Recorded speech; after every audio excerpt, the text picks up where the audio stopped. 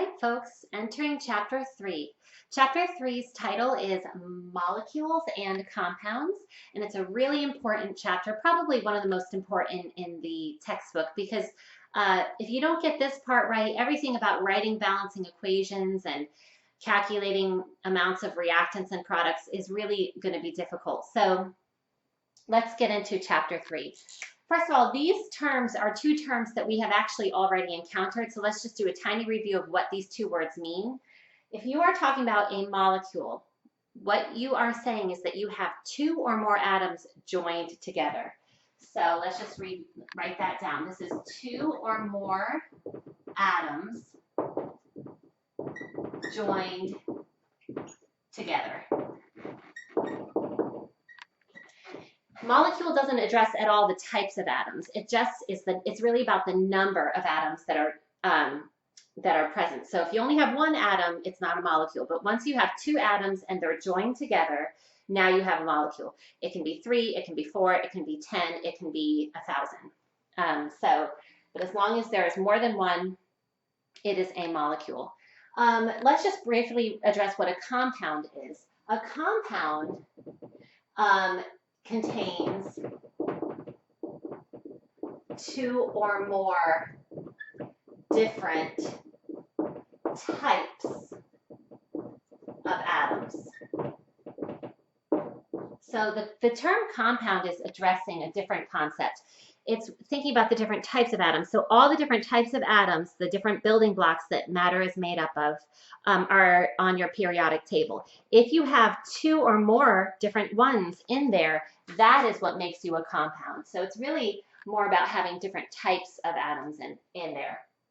All right, coming back to molecules for a minute, because I mentioned it earlier, but we're going to get into it more here. Two or more atoms joined together. Well, what joins them together? So we're now going to just talk a little bit about chemical bonds. So joined together by chemical bonds. So this chapter, one of the first things that this chapter is going to get into is what are the types of chemical bonds. The chapter really actually only addresses the first two. There is a third one, and I'm going to mention it here on the board as well. But let's go ahead and review, or at least introduce maybe, what are the three types of chemical bonds that can be used to join molecules together. So in no particular order, the first we'll talk about are ionic bonds. So ionic bonds are going to exist between a metal and a non-metal. There's one exception to this, which is the ammonium ion. Let me maybe just write that out. Trying to see if I have a colored marker. Here we go. The one exception where you might not see a metal, let me just write or NH4+. That just says or NH4+, which is ammonium. That's the one time that you're not going to see a metal, but it's still an ionic bond. Well, I'll show you examples of that a little bit later. But for now, ionic bonds exist between metals and nonmetals. Now, back to our periodic table. Remember, if you are on the left of the zigzag line, you are a metal, okay? If you are to the right of the zigzag line, you are a nonmetal. So this is very easy to identify.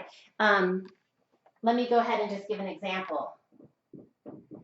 If you have a magnesium atom bound to a sulfur atom, just on that alone, you can tell that it's an ionic bond holding them together because magnesium is a metal and sulfur is a nonmetal. And on that basis alone, you can confidently say that what's holding those two atoms together must be an ionic bond. All right, so you can tell just from the types of atoms in the molecule. Okay, so a little bit more about ionic bonds before we move on. What is an ionic bond? I've almost a little bit addressed it in one of my previous videos, but let's do it again. When a metal encounters a nonmetal, okay, when they are put in the same space in the universe where they can interact. And in chemistry, interact means exchange electrons, either share them or transfer them. That's how atoms interact with each other. It's all about, remember I said the electrons are the currency. We learned earlier that the metal will always lose electrons and the non-metal will gain them. Now, if you remember from an earlier video, we learned that the charge of the magnesium can be predicted just based on what column it's in. So hopefully you remember that if you're in column 2, it's basically telling you that when magnesium becomes an ion by, in this case, losing electrons, it's going to become the Mg2+ ion. That's what he's going to always become, because that's the column that he's in. Sulfur over here, based on the column or the group that sulfur is in, will always form a 2- anion when he forms ions. Now, based on this here, if magnesium became a 2+ and sulfur became a 2-, can you tell how many electrons were transferred from the magnesium to the sulfur? Hopefully you can see that it must have been 2 electrons that were transferred. That's the only thing that makes sense, because magnesium has become positive, has attained a +2 charge, which means it now has 2 more protons than it does electrons. And if it used to have the same number, that means 2 of its electrons must have been transferred. And sulfur now has 2 extra electrons more than its protons. And where do they come from? They came from the magnesium. So I didn't write the numbers of protons and electrons here, but you could do it like we did earlier with NaCl. But anyhow, this is how an ionic bond forms. The metal will lose electrons to the nonmetal. How many can be predicted based on the charges. And now you have a cation and an anion. And because you have a positively charged particle and a negatively charged particle, they will attract. Remember, electrostatic forces are the attractive forces between opposite charged particles. Or the repulsive forces between like charges, but in this case, it's opposite charges. So this is your ionic bond. And an ionic bond is simply the attraction of cation to anion.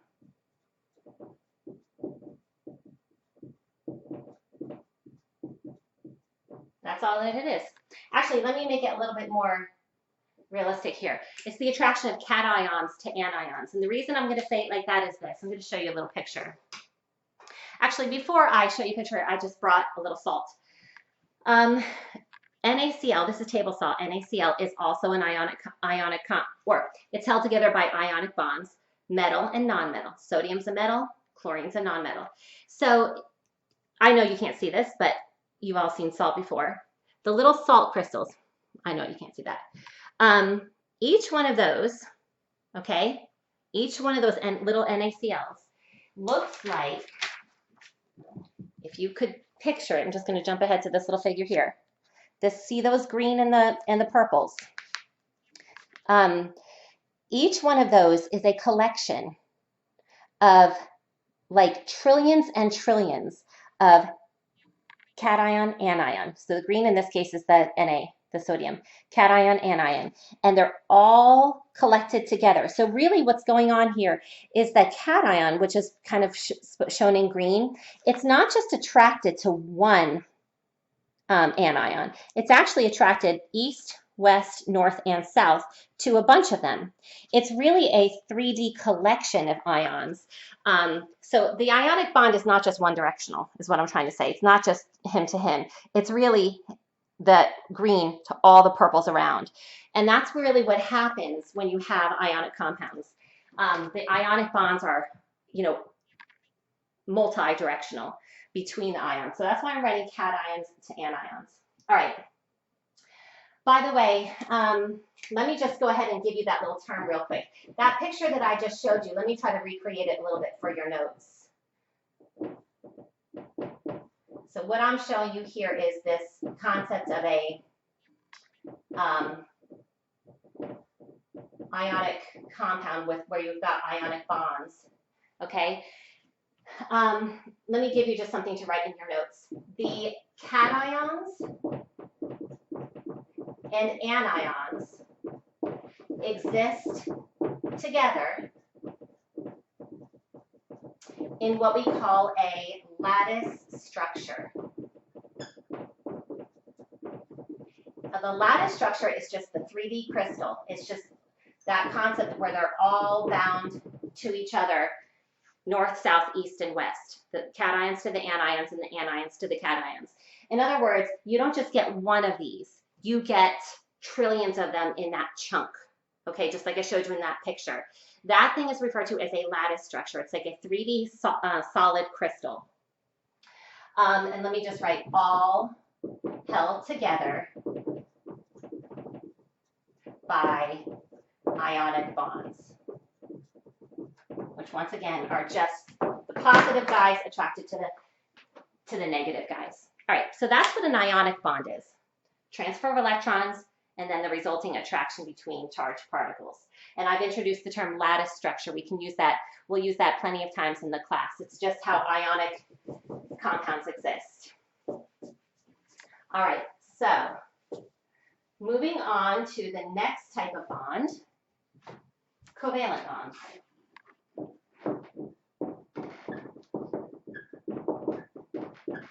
Covalent bonds exist between nonmetals and other nonmetals. All right, so once again, coming back to our friendly periodic table, if you have a bond between something like N and O, because they're both nonmetals, you can immediately tell me that that's a covalent bond. So let me give examples. Covalent bonds are what would hold something like N2O together.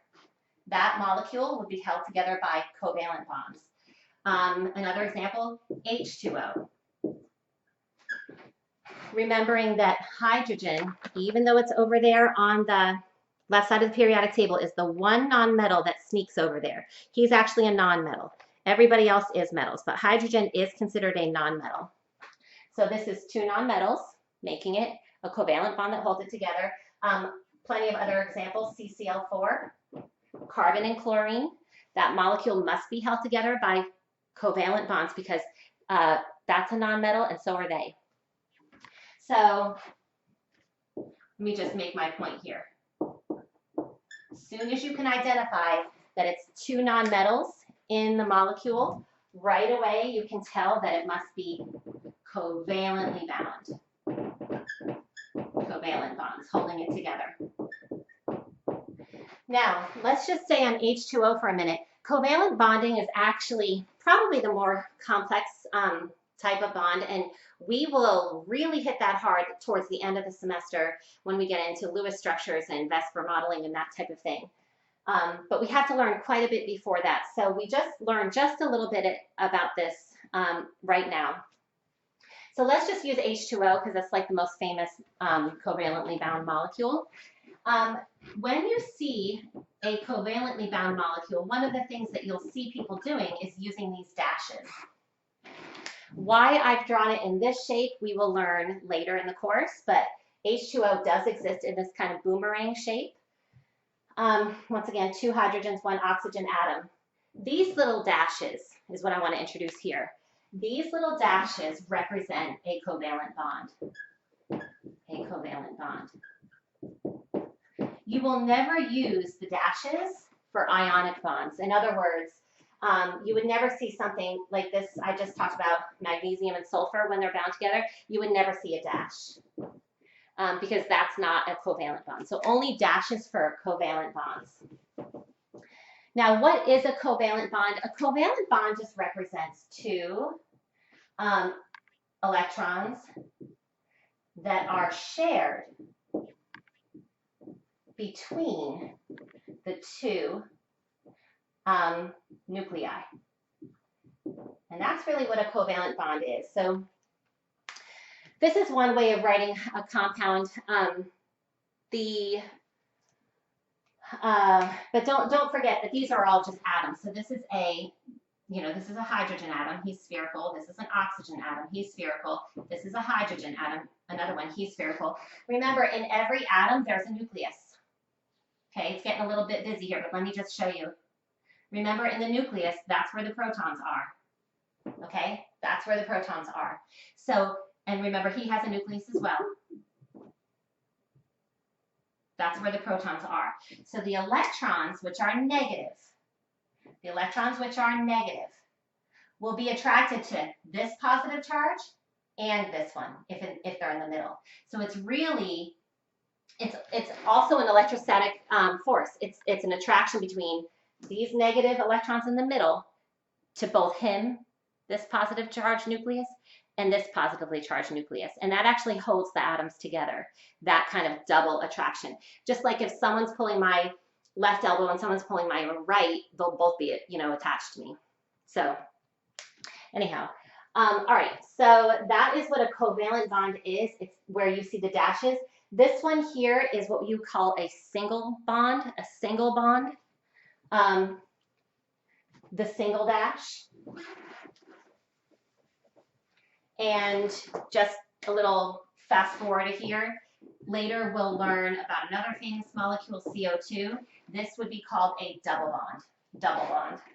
And a double bond represents actually two pairs, or actually four. This represents the 2 electrons, and then this is another 2 electrons. So 2 pairs is what you would say. All right, so that's covalent bonding. It's the sharing of electrons between the nuclei of both bonded atoms. And it only would exist between a nonmetal and another nonmetal atom. And then the last type of bonds are called metallic bonds. We learned about this a little later in the textbook, and it's not the focus of the course by any means. But logically speaking, if the periodic table is divided between metals and nonmetals, we've already addressed the type of bond that's between them and them. We've already addressed the bond between them and them, covalent. So now metallic bonds is between metals and other metals. And that's really the only other logical kind of option here. So metallic bonds will exist between metal and non-other metal atoms. So either the same type of metal or 2 different types of metals like an alloy. That's all I'm going to actually say about that one. We're not going to really delve into metallic bonds. But really, you see that this is a really big deal. Knowing the type of bonding based on the type of atoms that are in the molecule. Okay, so that is a little bit on chemical bonds. And we will come back to compounds in a minute, but let me just erase my board. Okay. Oh, I forgot to say, but I'll just mention it again. When we were talking about, actually, I'll show you. No, I'll do it later. Okay. All right. So now let's move into classifying pure substances into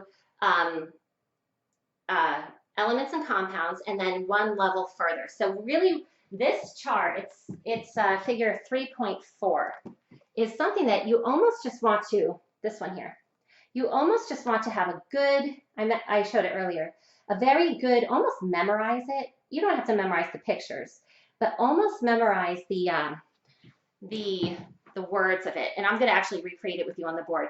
The reason is because this classification, the way that we classify pure substances, is going to be extremely important in how you form compounds and how you're understanding of forming compounds, and also really especially how you name them, what we call nomenclature. Nomenclature is giving proper names to chemicals.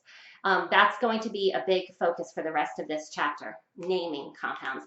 And knowing the proper classification is essential because there's different rules for different things. So what we're going to do is recreate that figure on the board, but add some stuff to it because I want to make sure you totally understand it. So when we are talking about pure substances, by the way, you've seen this term before in chapter 1, I believe. All matter, this was what we discussed before, all matter can be divided into pure substances or mixtures. Do you remember that? We talked about that earlier. And last time we just left it at, okay, pure substances will either be elements or compounds, and mixtures will either be homogeneous or heterogeneous. That's really what chapter 1 left it as. What we're doing there is taking the kind of the left side of that classification chart and expanding it further. So we're just looking at the pure substances, so not mixtures. Pure substances are just, you can have a bottle with a label on it, and there's just one thing in it. There's either one type of atom in it or one type of molecule in it. That's a pure substance. All right, we can divide them, this part is review, into 2 different types, either elements or compounds. So let's just review that first. Elements or compounds. Maybe I won't rewrite it because I kind of just said it, but elements are composed of only one type of atom. So there's only one type of atom from the periodic table in an element. One type of atom, not necessarily just one atom, but one type of atom. So only hydrogens, or only oxygens, or only zinc, or only lithium, whatever. Whereas compounds contain 2 or more different types, 2 or more different types of building blocks from that periodic table. That would give you a compound. So this is the part that's new. Let's deal with the elements first. There are actually, when it comes to, especially when it comes to like nomenclature, there's actually 2 different types of elements. I know that there's metals versus non-metals, and that's one way of thinking about it, and that's all true. But this is kind of a different way of looking at the 2 different types of elements. Let me introduce atomic elements versus molecular elements. All right, so the words tell you exactly what it is. So atomic elements, you see the word atom in here. Atomic elements exist in nature. So like you can say exist naturally as single atoms. So they exist in nature. They're a kind of base unit. The way that they really exist is just independently single atoms. So let me say this. Most elements are atomic. When you look at your periodic table, the vast majority of elements are atomic. That's almost like the default type of element. So what we're going to end up doing is learning the list that goes over here, and then it's process of elimination to figure out the rest. So let me give some examples of atomic elements. So iron is an atomic element. Now, what does that mean? That means if you have an iron bar, okay, it doesn't exist as molecules of iron where they're joined together. They're just kind of one iron. Say it's a solid. They're just kind of compacted together. And, you know, each of these is an iron atom. They can be near each other. That's fine. But they're not chemically bound to another, okay? So they're really just atoms, and they just exist as atoms. Other examples could be helium, okay? So helium is a gas, but, you know, there's him, and there's him, and there's him, and these are all just helium atoms. And they just exist kind of independently as an atom. All right, so when it comes to the atomic atoms, why is this relevant? When it comes to the atomic elements, to name them, you just say their name, okay? And vice versa. If someone says to you, iron reacts with such and such, and you're trying to write a chemical equation, if they say iron reacts with something else, say hydrochloric acid, you would just write, let me just write that, iron reacts with hydrochloric acid, because we memorized that, so you should be good with that. You would just write Fe plus HCl. And that's it. So then when you see that element name, you just write the symbol, and that's how you would write it. I know we're not really into that level yet of writing chemical reactions, but that's a helpful thing to mention even right now. So there's no overthinking it here. Let's talk about molecular compounds. You see the word molecule in there.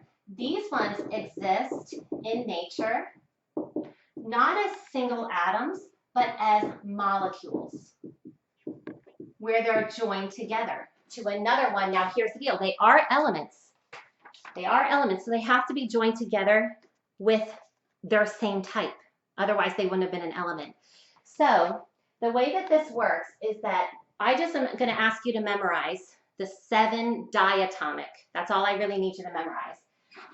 There are 7 diatomic elements. Now, diatomic should tell you how many atoms are in those molecules. Diatomic, 2. So what are they? They are hydrogen, and I'm just going to show it in the order of the periodic table. There's 6 more. So it's hydrogen plus these 6 over here.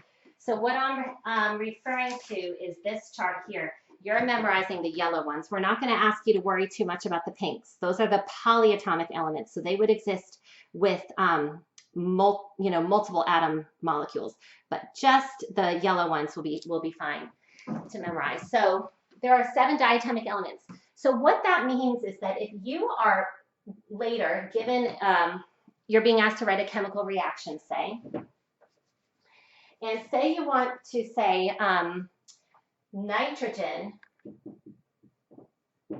reacts with hydrogen. If those are the words that are used in the sentence and you're trying to turn that into like a chemical reaction, when you see nitrogen, you are responsible for knowing that, notice it's just the nitrogen element. There's nothing, it's not like nitrogen chloride or anything like that. It's just nitrogen. You are responsible for recognizing that he's a diatomic element and remembering that he must be N2 because it is existing as a diatomic molecule, okay? So N2 would be how you would write nitrogen. Reacts with, how would you write hydrogen? You would have to say H2. In other words, hydrogen is never just an H. Nitrogen is never just an N.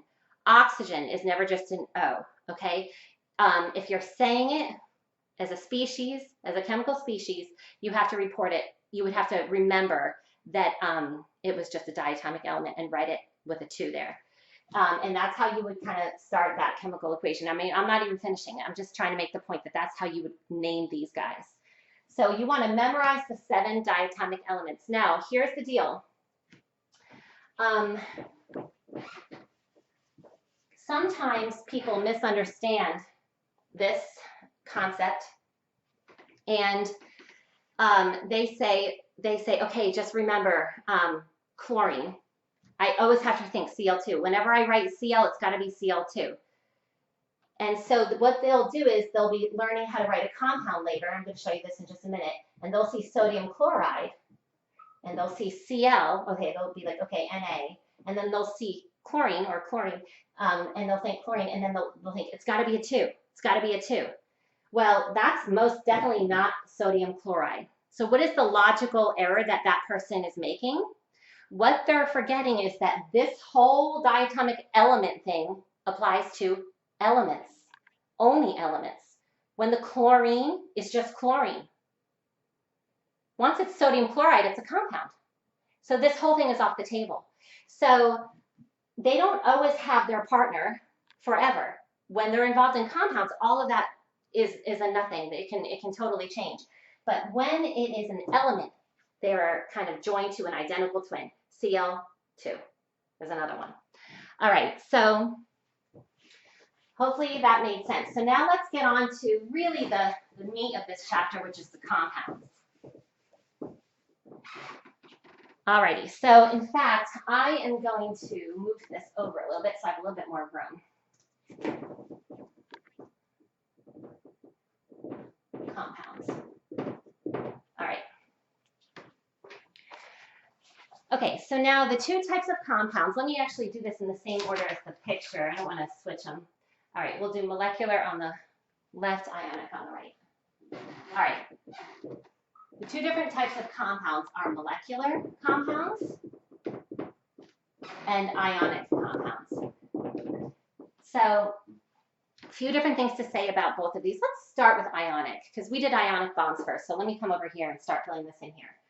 Ionic compounds will contain a metal and a nonmetal, with one exception. Do you remember what it was? Ammonium. Ammonium ion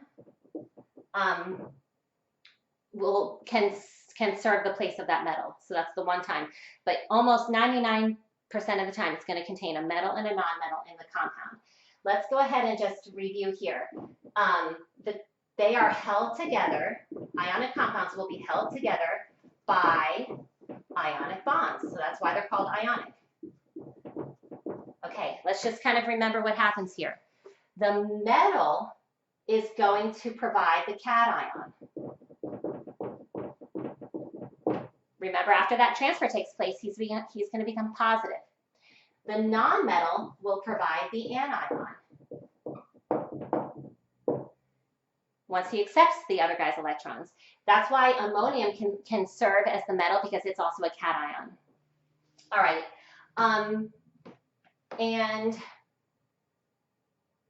Oh, actually, let me mention this here. It'll contain a metal and a nonmetal. The nonmetal can be either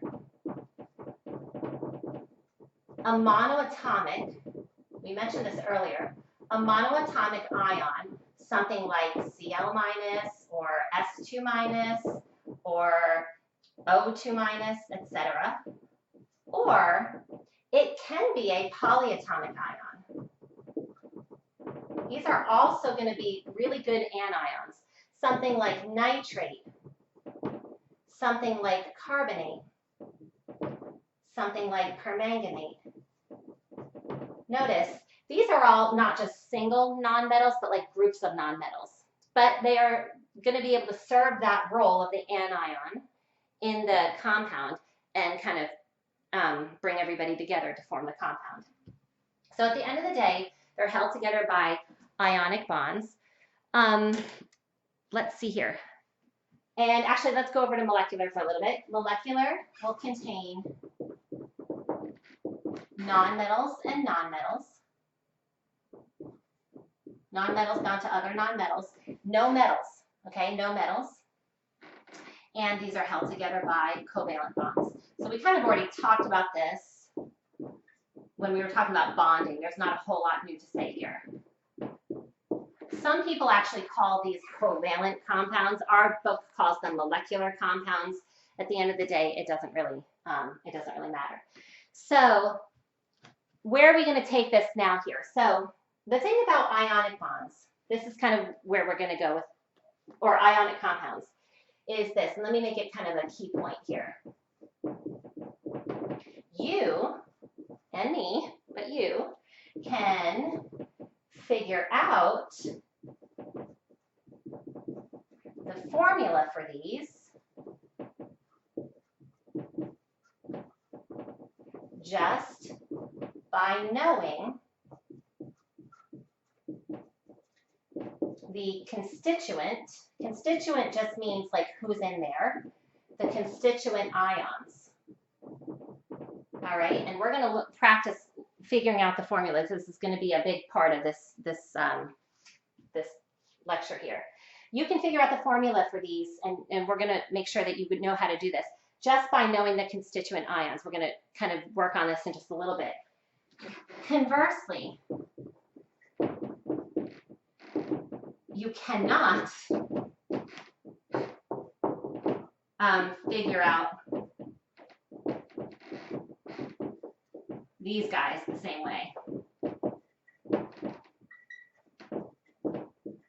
All right, it doesn't work the same with molecular compounds. Because of that, I'm not going to ask you to, because there's many different types of compounds with just the same types of constituent atoms. So this whole thing that I'm about to show you is not about molecular compounds. You can't just figure out formulas the same way that you can with ionic. So let's go ahead and learn how to determine formulas by knowing the constituent ions. That's really what we're going to transition to here.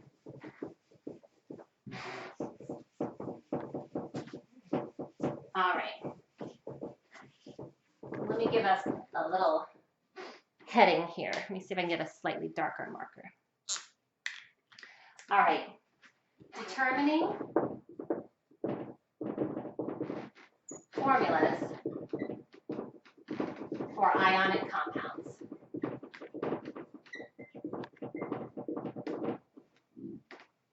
All right, so here's the key point to this whole thing. The key point is that all compounds are neutral. In fact, matter is neutral, okay? Matter doesn't exist as having a net charge. If something has a charge, it will have something to balance its charge out to get itself neutral. So all compounds are neutral. That's the key point. So if I was to ask you to figure out the compound that exists between, let's go with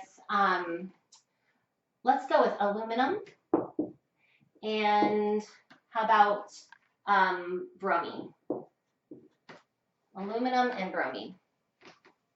All right, so obviously aluminum is the metal, bromine is the nonmetal, which means I have an ionic compound. So this is the way that this works. You always think about what kind of ions or what kind of atoms you have. You have a metal and a nonmetal. Therefore, the logical conclusion is that you must have an ionic compound. Ionic compounds will contain ions. Okay, that's the whole point. They have a cation and an anion.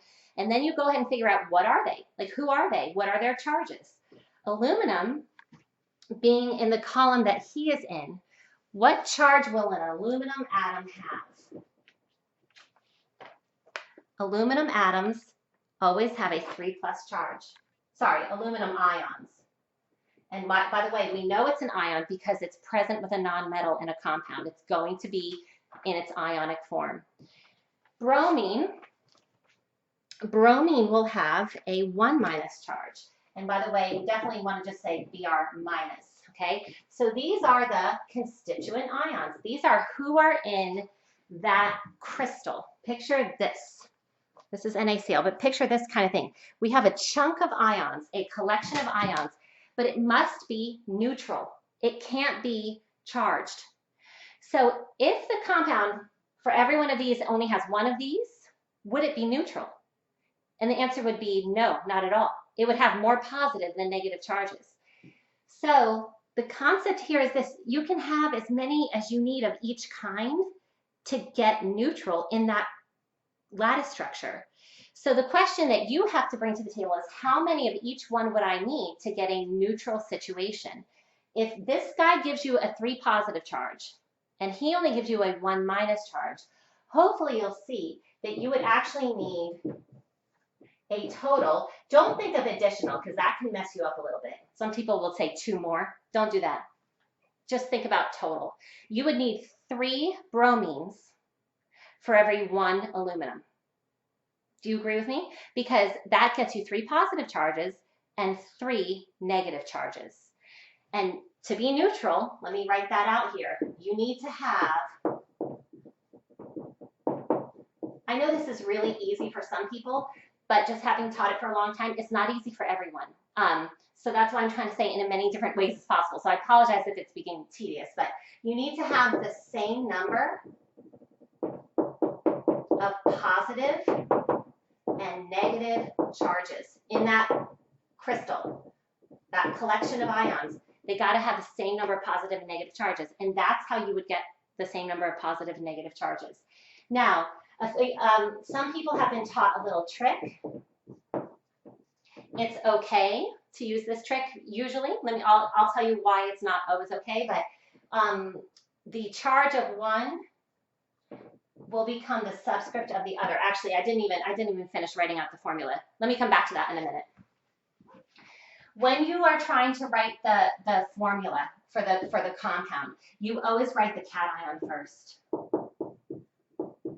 So it would be Al, and there's only one of them. That's why I'm going to just leave that alone. And then you write the anion second. That's convention. Al, Br, and how many did we need? We needed 3. This is the compound formula, the formula for the compound. Al, Br, 3. Cation first, anion second. And what do those subscripts represent? They represent the number of each type of ion in that cluster, okay?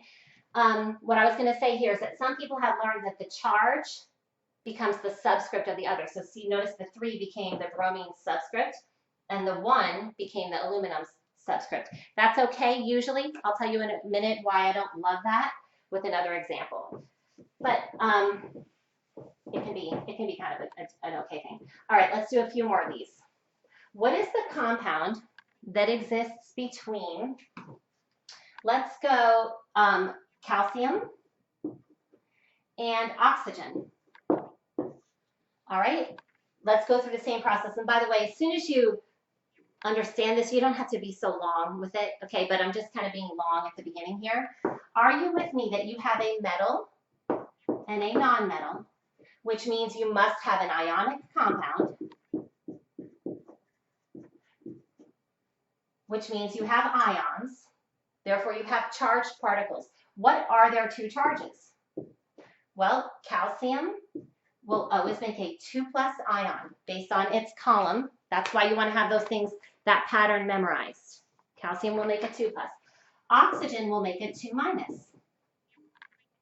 anion, because based on his column. And these are the 2 species, or the 2 ions in your ionic compound. How many of each do you need to get neutral?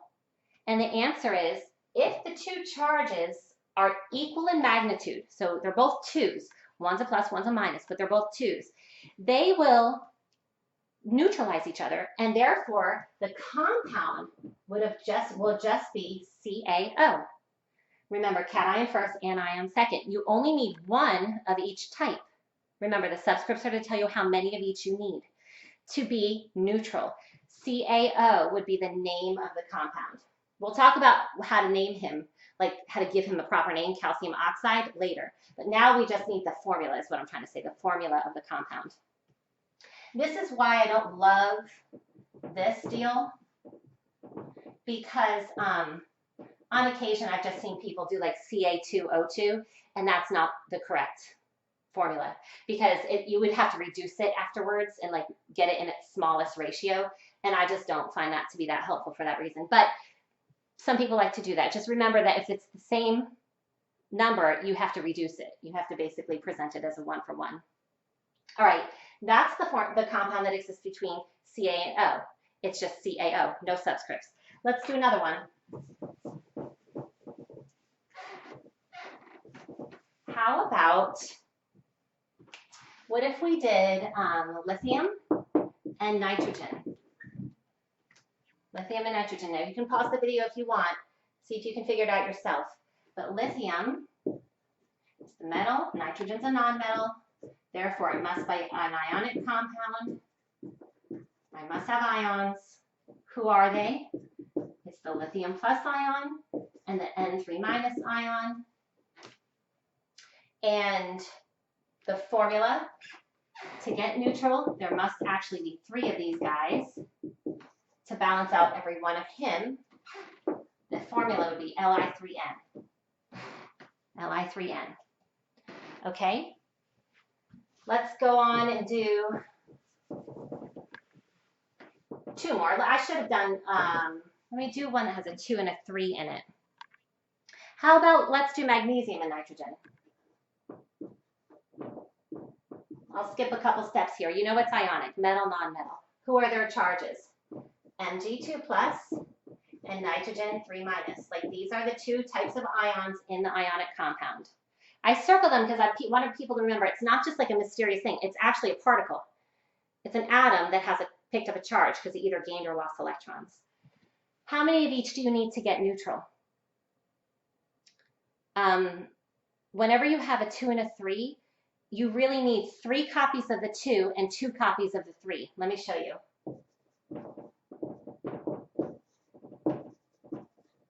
This is the only way that you're going to get a neutral situation. Because this gets you 6 positive charges and 6 negative charges. That's the only way that you're going to get a 2 and 3 to kind of come together to form something neutral. So what would the formula for the compound be? It would be Mg. Remember, the subscript represents what? It's the number of guys in the compound. So Mg3N2. Now, let me mention something real quick. Everybody knows that it's the Mg2 plus ion, and everybody knows that it's the N3 minus ion, but these do not appear in your formula. The formula for the compound is just represented. You don't show the charges. People know it, okay? So you know it, okay? If it's a metal and a non-metal, everybody knows it's ions. You don't rewrite it in there, and you shouldn't. The subscripts are telling you how many of each copy there are. All right, let us do one more with a different thing here. I want to use one that involves polyatomic ions. So what about the compound existing between ammonium and carbonate? Now, you see those two things, you will realize that you have here a cation and you have an anion. See, these guys you have memorized their formulas and their charges. But it works the same way. They're just, instead of just like a single atom with a charge, it's just a molecule with a charge. But it works the same way. This has a positive 1 charge. This one has a negative 2 charge. Now here's the deal. Don't worry about the 3. The 3 is just telling you that it happened to have 3 oxygens on it. It was a molecule that looks like this. No big deal. It's a molecule. It has a 2 minus charge. You're not multiplying the 2 by the 3 or anything like that. Okay, so some people do some funny stuff with that. It's just a molecule with a charge. But you think of it the same way. How many of these will you need to balance out? How many of these to get neutral? What I usually do is just look at the one with the bigger charge, and I think how many of the other guy do I need to like max or to like match his power or whatever. So he's got a 2 minus charge. Hopefully you'll see that as long as I can have 2 ammoniums for every 1 carbonate, I will be neutral. And that's true because you'll now have 2 positive and 2 negative charges. How you would write that formula for the compound, you're trying to represent that you have 2 ammonium particles. The only way to do that is to put a parentheses outside. So if you're trying to kind of represent that you have 2 of like a polyatomic ion, you need parentheses. Now, CO3 is the name of the anion here, carbonate. You don't use parentheses for him because there's nothing to put outside the parentheses. If you're not intending on having multiple carbonates in your formula, you don't use parentheses. And it's not really a choice just because you like it or whatever. You only use parentheses if you've got something right outside of them, okay? So this is ammonium carbonate, the compound. Now, are you understanding why I wrote this one first and not this one? The reason is cations always get written first, anions get written second, always, in the compound. But it's still an ionic compound because you have cations and anions coming together to form a neutral. Now, that is forming ionic compounds. And that is a good skill that you will need to have. Let me see how long I've gone here. Yes, so we have time to learn how to name them. So now let's get into naming ionic compounds.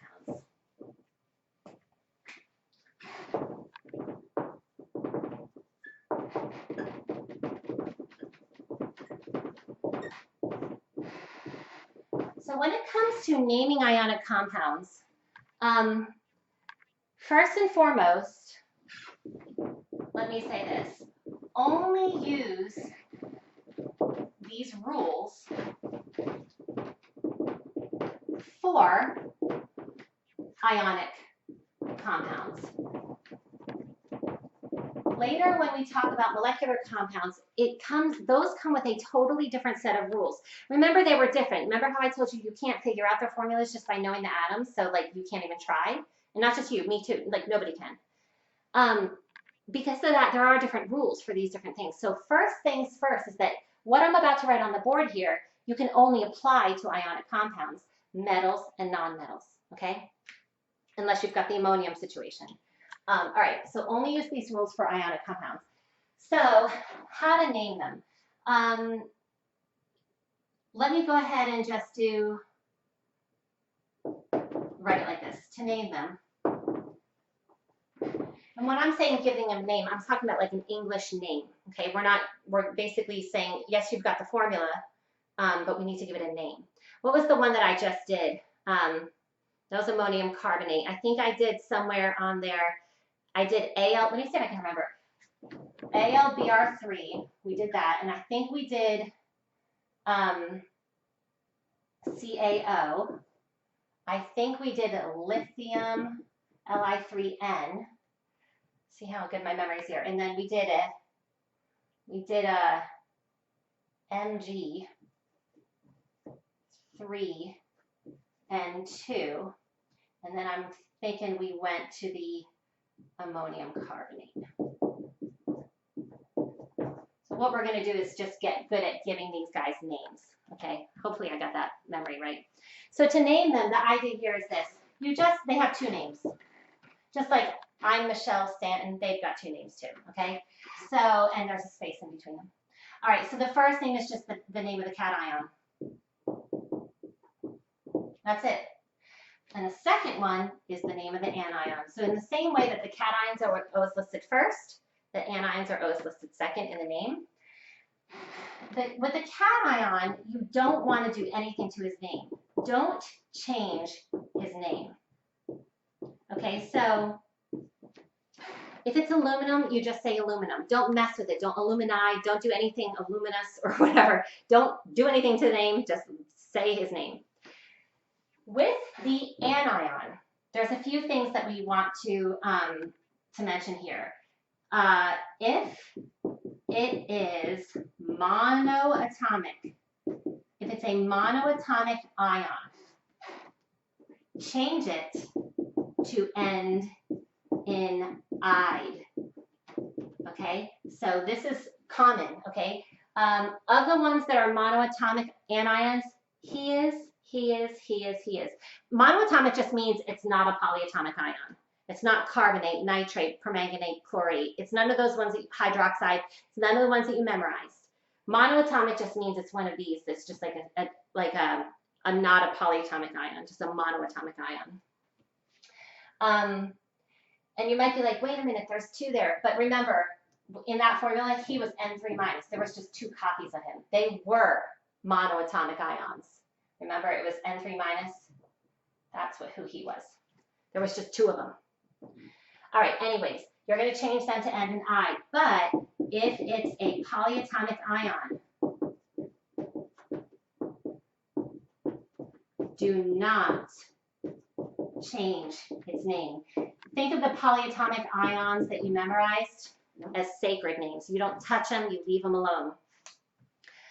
Phosphate, cyanide, you leave those alone. Don't ever mess with their endings, okay? So let's do a couple of these ones here. So actually, let's do all of them. So we'll call him number 1, 2, 3, 4. Let's give them some names. All right, number 1, you want to say the cation. His name is aluminum. What's the anion's name? His name, it was bromine, but that's a monoatomic ion. It's not a polyatomic ion, so we're going to say bromide. Aluminum bromide.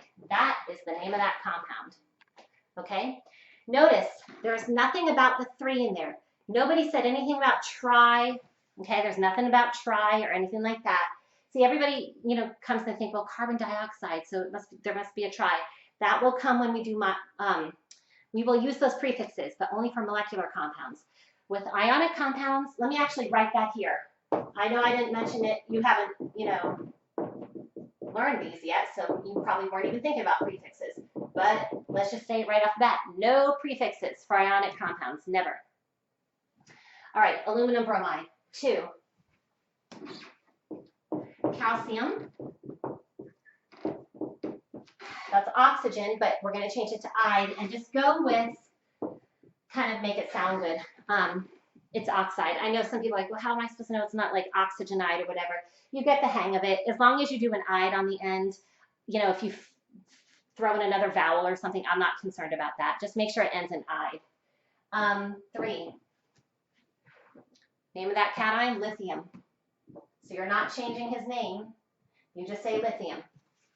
The anion, nitrogen, but nitrogen to end in ide becomes nitride. Lithium nitride. This guy. Magnesium is the cation. His last name, nitride as well. And some people might ask the question, well, that seems weird. Like he ends in nitride, he ends in nitride. But like there's only one of him and only 2 of him. But the whole point here is that anybody who knows even a little bit of chemistry would be able to get both of those formulas correctly from those names. I mean, let me just illustrate it. If this was written on a bottle, and that's all I saw, I'd be like, oh, lithium. That's the Li plus cation. Nitrogen is a 3- anion, so this formula must be Li3N. Like, I don't need anything in the name other than that. Same with this one here. Magnesium, that must be the Mg2+, that's what OS forms. Nitrogen, that's 3-, so therefore it must be Mg3N2. Like that's why you don't need any prefixes in the name, because all the information necessary to get the formula back is there already, okay? Let's go to number 5. Ammonium, that's the name of the cation, and the name of the anion, carbonate. And notice, because it's a polyatomic ion, I do not mess with his name. Carbonate. He's the only one who's not going to end in ide. Now, there's one more thing that we have to talk about, which I kind of skipped over earlier, which is compounds or ionic compounds that contain transition metals. So let's talk about that real quick.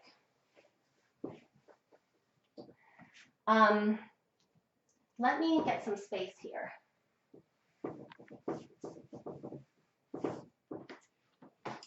All right, so let me write this as an aside, but it's an important aside. It comes up quite often here. If the metal is a transition metal,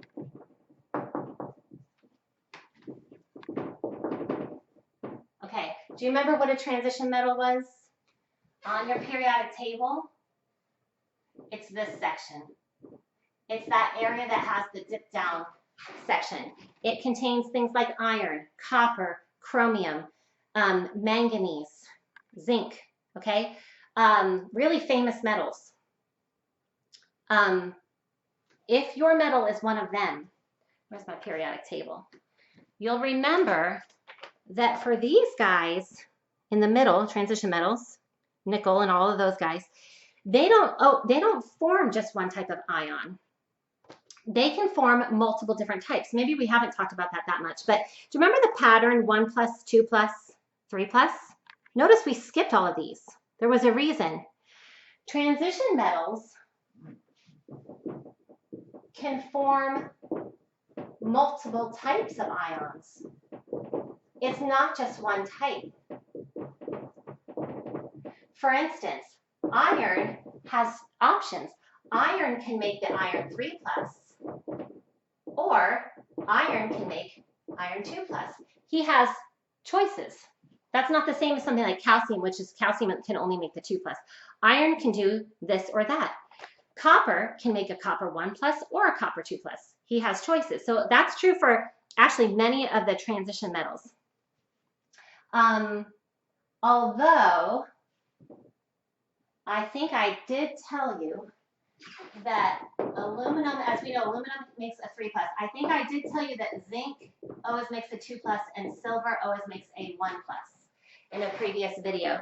Right here, it's this area here. So this what I'm about to tell you does not apply to zinc or silver, because zinc always makes 2+, and silver always makes 1+.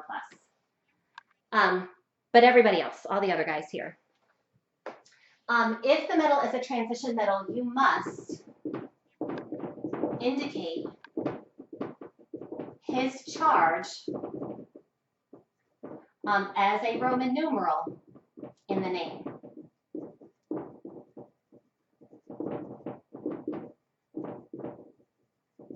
All right, so let me illustrate here. So actually, let me write that rule here. So I have cation, don't change his name, but let me just add this. Include a Roman numeral. In parentheses, by the way. If, this is only if, this is, oh boy, that's a big word, if it's a transition metal. You are not going to use Roman numerals for regular metals. Notice I never did. We had a million examples there. I never had Roman numerals because none of them were transition metals. But if it's a transition metal, you need to include the Roman numeral in that name. So let me illustrate. If I have this compound here, CuI, okay, and I want to give him a name, first name, last name.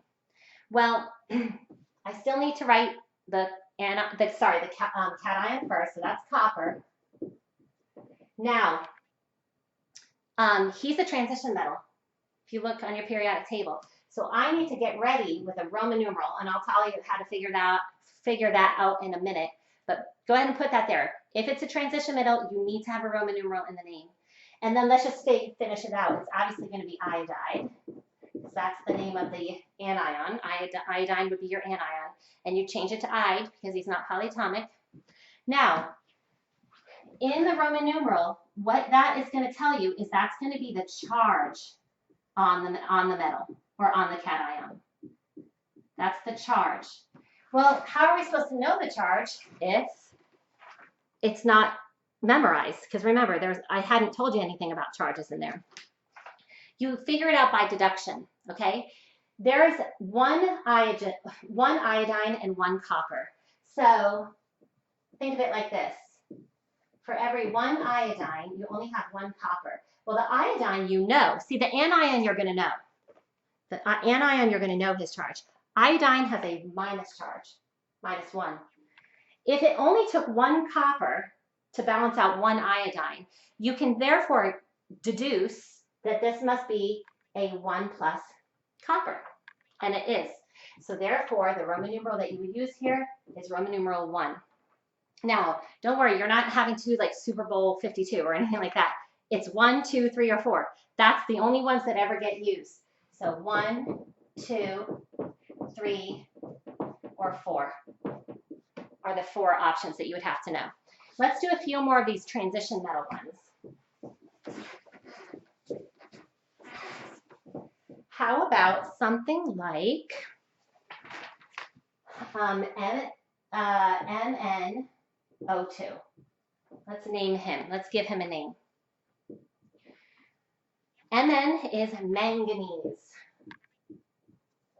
Manganese is a transition metal. If you look where he is, he's in this area here.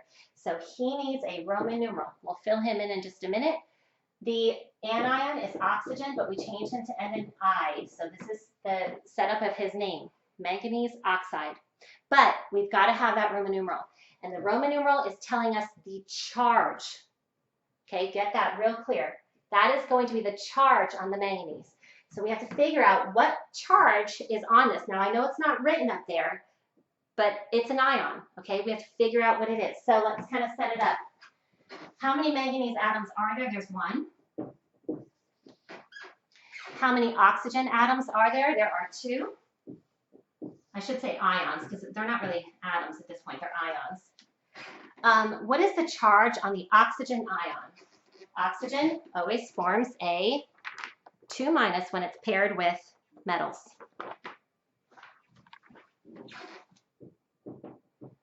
If there was only one manganese to balance out 2 oxygens, what would his charge have to have been to make a neutral compound? And hopefully you see 4.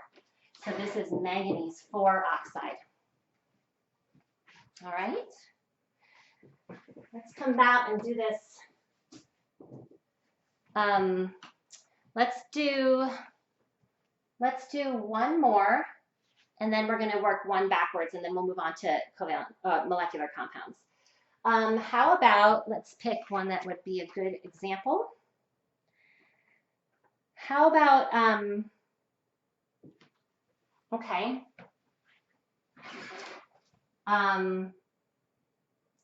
Let me think here.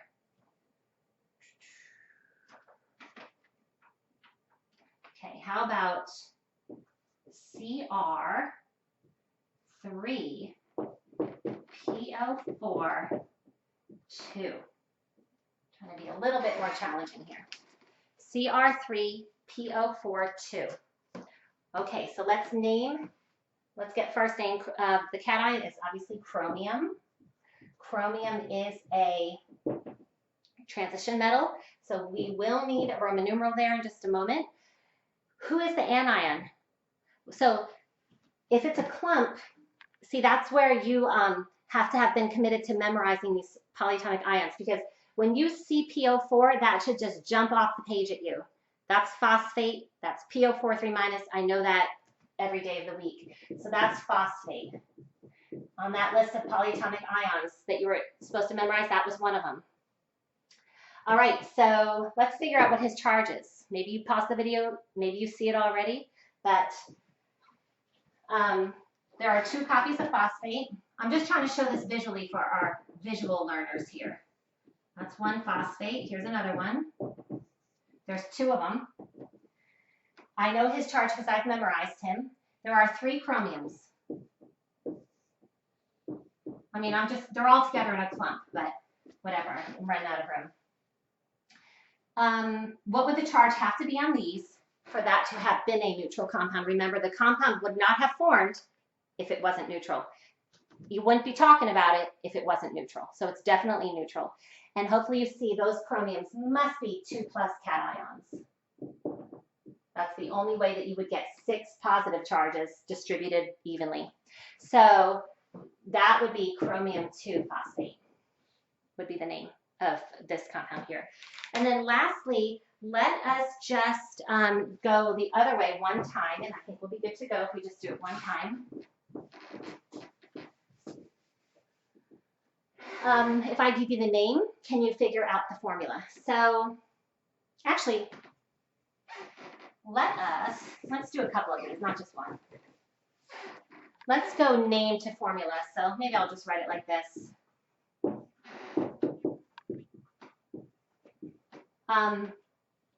Let's go, let me grab my periodic table so I can make some things up here.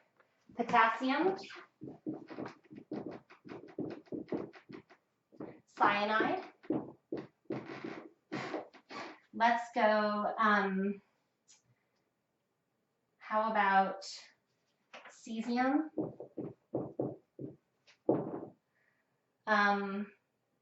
Sulfide. And how about copper 2 chloride. And if we can do this, then we'll move on to molecular formulas or molecular compounds. All right, to go name to formula, but this is going the opposite way. Last time we had formula and we were giving them names. First thing is just recognize what you're dealing with. Do you have an ionic compound here? Potassium and cyanide. Honestly, if you have a metal at all, it's going to be ionic because remember, between the 2 types, it's either ionic or molecular, and the only one with metals was ionic. So you've got a metal, you've got, in this case, a group of nonmetals, which is cyanide. So you just have to think about their charges. This is K+. Potassium will form a K+. Cyanide is Cn-, and therefore his formula is 1 of each will get you neutral, and that's the formula, KCN. If the 2 magnitudes of each match, 1+ and 1-, you just need 1 of each, KCN, okay? And that's potassium cyanide. How about this guy here? Make sure it's a metal and a nonmetal before you just kind of start assigning charges, because if it's not, then it doesn't have charges. It's only if it's an ionic compound. So cesium. Cesium is definitely a metal. CS and sulfide must be sulfur. That's definitely a nonmetal. Cesium, we probably haven't used much, but I think it's on your list of memorized. It will always form a 1+. Sulfur is a 2-, anion. And so therefore, what would the formula be? You would need 2 of these guys for every 1 of these guys to get neutral. You need 2 of the cesium ions to get your 2 positive charges, to get the same as the sulfur provides. So that would be CS2S. That would be the name of that formula. The formula for the compound. All right, and now how about this one, copper 2 chloride? Well, you've got a metal, you've got a non-metal, so we're good to go. Remember, what is that telling you? This is the part that sometimes people mess up on. Sometimes people will start thinking that that represents the subscript, and it does not. It is not a subscript. That is telling you the charge on that metal. That's what it's telling you. So copper 2 is the copper 2 plus species. Combine him with chlorine, which is going to form your anion because it's paired with a metal. So metal, non-metal, Cl minus. That is going to give you this CuCl2. You would need 2 of the Cl minuses for every 1 of these to get neutral. That's the whole thing is get neutral. That's where drives the whole discussion. So that's just going the other way. Get from the name, getting the formula.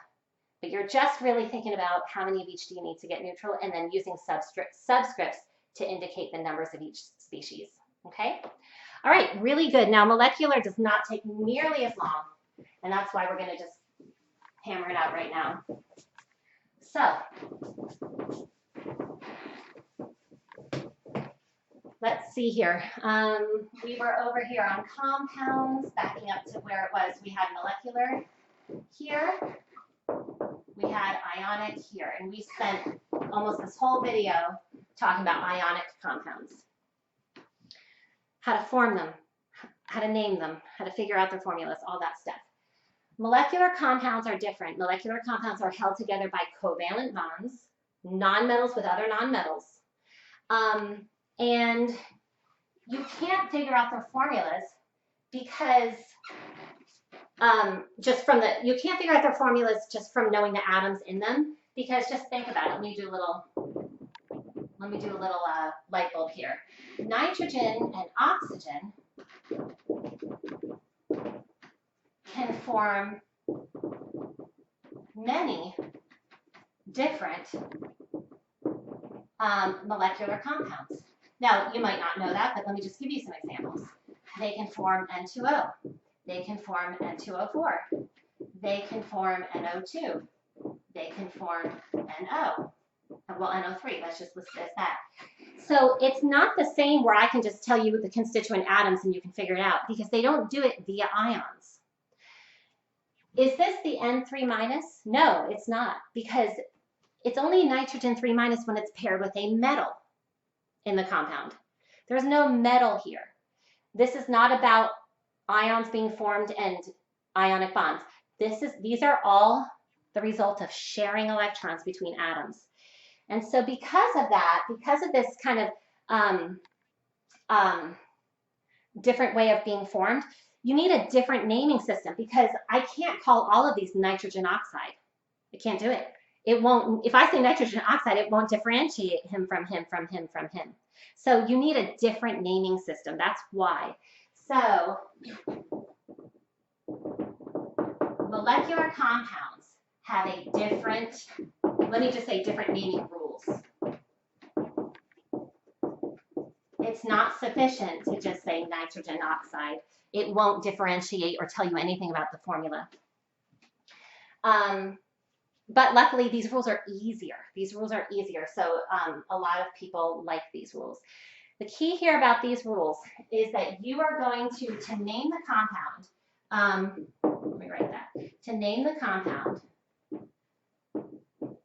all you do is use a prefix and then write the name of the first element. And then you have a space. And then you use another appropriate prefix. We'll talk about that in a minute. And then just name the second element. But the second element, you change it. Let me write changed to end in "ide." So here's the deal. All of these, without exception, will end in "ide," okay? All of these will end in "ide." All right, so also you'll notice that I'm only going to be asking you to name ones that have two different elements. So it's not going to be like C6H12O6 where you have three elements.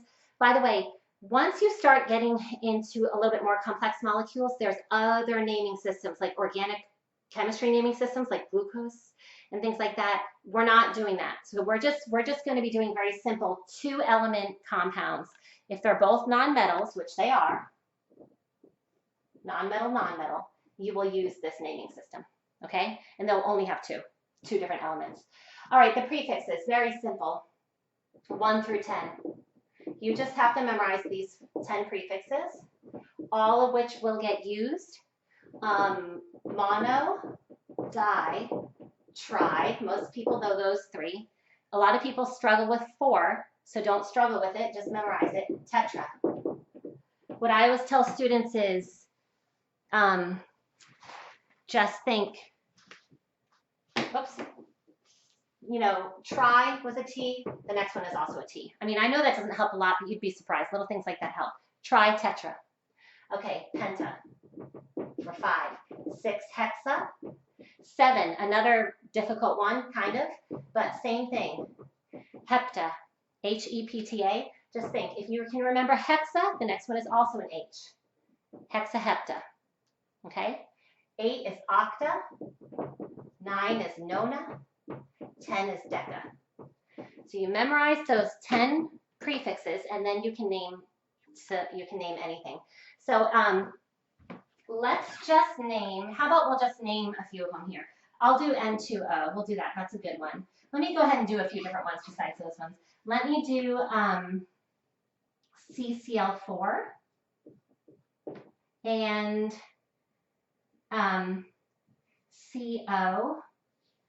And how about just maybe one more? What if we do something like P, let me think here. P4S10, and how about NO3? We'll do that one there. That's a good one. All right. So all of these are molecular compounds. I've picked all compounds that only have nonmetals. Now, let me just take something off the table. You're not supposed to just know CCl4. Like, you're not supposed to know that he even exists. But if someone tells you he exists, then you need to be able to work with him. Okay, because some people are like, I don't know anything about P4S10. That's fine. You don't need to. But if someone tells you he exists, because not everything exists. Like, you can't just be like, you know, N5S2. Like, they don't all exist, you know. But some of them, these are ones that do. If I tell you they exist, you need to be able to name them. So let's go for it. So prefix. So the prefix is just there to tell you how many of each one there is. So we have 2 nitrogens, so we're going to say dinitrogen. The first name, you don't mess with his name. You just say his name. Do a space. And how many oxygens are there? There's 1. Dinitrogen monoxide. You will slur the vowels together, but if you accidentally don't, I'm not caring about that, because that would make me crazy if I was a student and had to memorize every little vowel slur. So just don't, you know, do the best you can, but get mono in there. Notice I changed him to end in "ide." The second one must end in "ide." This one here, CCl4. Now, there's only 1 carbon, correct? So you would write mono. Here is the one thing you must remember.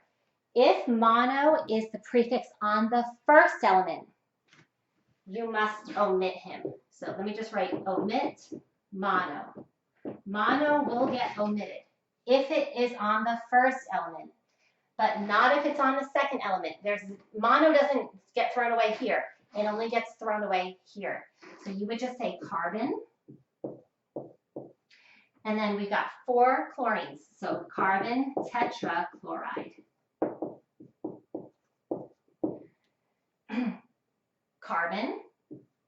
Once again, omit the mono on the first element. Now, on the second element, you don't omit the mono. He has to show back up. This is carbon monoxide, the one that is deadly if you breathe it in. Okay, that's the one you've heard of before, carbon monoxide. P4S10. Prefix for 4 is tetra. So tetraphosphorus. Put a space next after phosphorus. And then 10, decasulfide.